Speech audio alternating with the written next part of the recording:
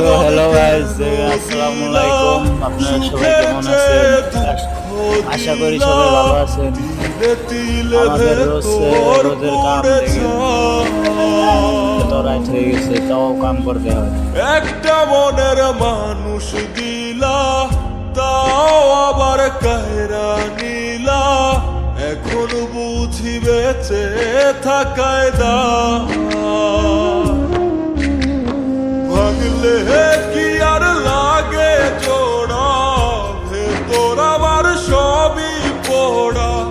চাইলে কি আর তারে ভোলা যায়?